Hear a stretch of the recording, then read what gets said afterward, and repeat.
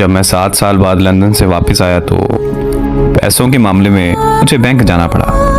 वहाँ की branch manager बहुत ही खूबसूरत लड़की थी जिसने मुझे अच्छे तरीके से डील किया। बैंक के काम से फ्री होकर जब मैं घर वापस आया तो मुझे उसी ब्रांच मैनेजर लड़की की कॉल आई। वो मुझे कहने लगी कि आप अपना शनाख्ती कार्ड बैंक में ही भूल गए।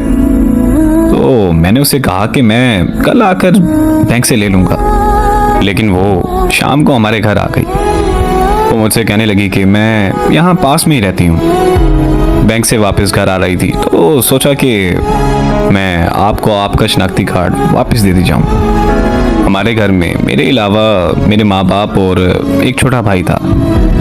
अम्मी ने उससे चाय का पूछा तो उसने हाँ कर दी। फिर उसने बैठकर हमारे साथ चाय पी और वापस अपने घर चली गई।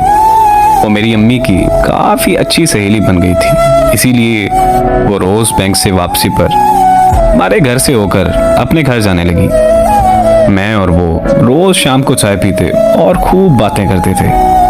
हम ना सिर्फ अच्छे दोस्त बन गए बल्कि वो हमारे घर का एक फर्द बन चुकी थी। फिर एक दिन उसे पता चला कि मैं लंदन वापस जा रहा हूँ तो वो मेरे कमरे में आकर रोने लगी और ये कहने लगी कि मैं आपसे बहुत ज़्यादा प्यार करती हूँ। मैं आपको देखे बगैर नहीं रह सकती, इसीलिए रोज़ आपके घर आती हूँ। आप प्लीज़ मुझसे इतनी दूर मत जाएं। उसका इजहार मोहब्बत सुनकर मुझे बहुत खुशी हुई क्योंकि मैं भी उससे बहुत ज़्यादा प्यार करता था, मगर इजहार करने से डरता था कि कहीं हमारी दोस्ती भी ख़त्म ना हो जाए।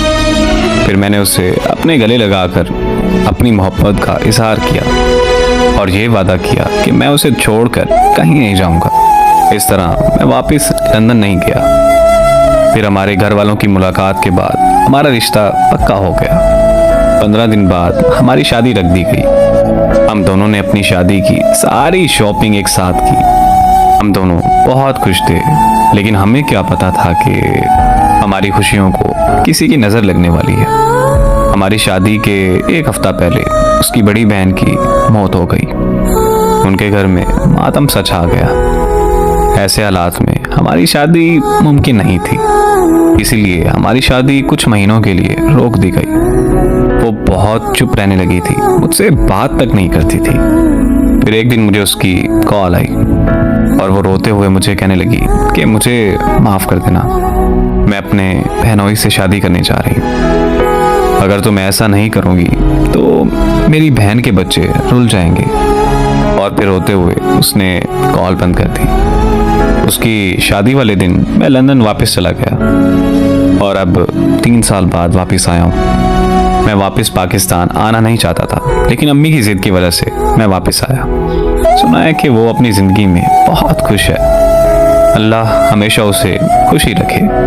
मुझे नहीं पता कि उसने जो किया वो बेवफाई थी या वफा, मगर मैं आज भी उसे बेहद मोहब्बत करता हूँ और मैं उससे मोहब्बत अपनी आखिरी सांस तक करता रहूँगा।